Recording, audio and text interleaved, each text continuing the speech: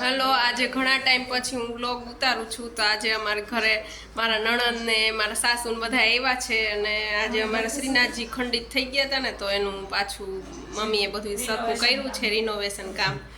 જોવો હવે આજથી તમારે વ્લોગ ડેઈલી મળતા રહેશે, તો તમે આગળ બન્યા રહેજો મારી સાથે. બ્રશ કરવાનું ચાલુ કર્યું છે નાહી ધોઈને, અને અમારા બેન પાછા નાસ્તો કરીને સૂઈ ગયા છે. મારા વીરજા બેન એ સૂતા છે, અને અહીંયા મમ્મી અમારા વાસણ સાફ કરી રહ્યા છે.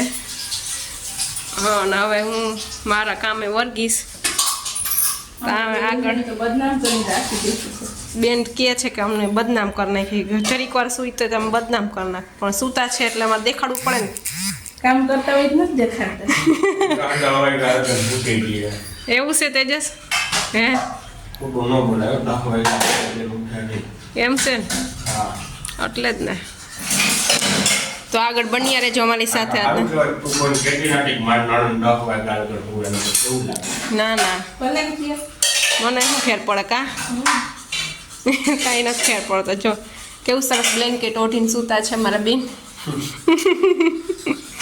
ગરમી ઠંડી લાગે ને બહુ, એટલે બ્લેન્કેટ ઓઢવું જ પડે ને એને. તો મારે હારો કામ કરીએ તો કોઈ દેખાયું નહીં, હવે ઉતારી દેખાડો છું.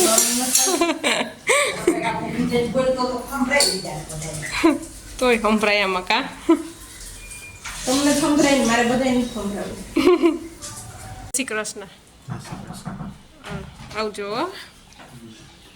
શ્રીનાથજી છે ને એ ખંડિત થઈ ગયા હતા ને પાછા કર્યા, તો હવે પાછા પ્રોપર લાગે છે કે નહીં? થોડુંક કલું લાગે છે, મિસ્ટેક, પણ હવે એ નથી મળતું અમને. મળી જાય ને. તેજસ અહીંયા રીલ જોવે છે. શું કેવું તેજસ તમારે? હે દાળ પકવાન ખાઈ આવ્યા. સન્ડે ફંડે અમારા બેનને કાંઈ કેવું છે? અમારા બીજા બેને આવ્યા છે, જો એ તમને હેલો કરે છે. ને અમારા એક તમે નવું મેમ્બર છે અમારા ઘરમાં આવ્યું છે, અમારા વીરજાબેન. એને તમને બતાવવું આજ જુઓ તમે. હા, સૂતાશે બેન, પછી હું તમને હાલો આગળ બતાવીશ. છે રીંગણા બટેટાનું શાક છે, અમારે પ્રસાદી છે, અને રોટલી. અમારે વીરજાબેનને જમવું છે. જો એ મોઢું કે મારે ખાવું છે. જો હાય કે જો એને જમવું છે. તો હાલો બધા તમે જમવા. જમીને ફ્રી થઈને પછી અમે આવી ગયા છીએ મોલમાં.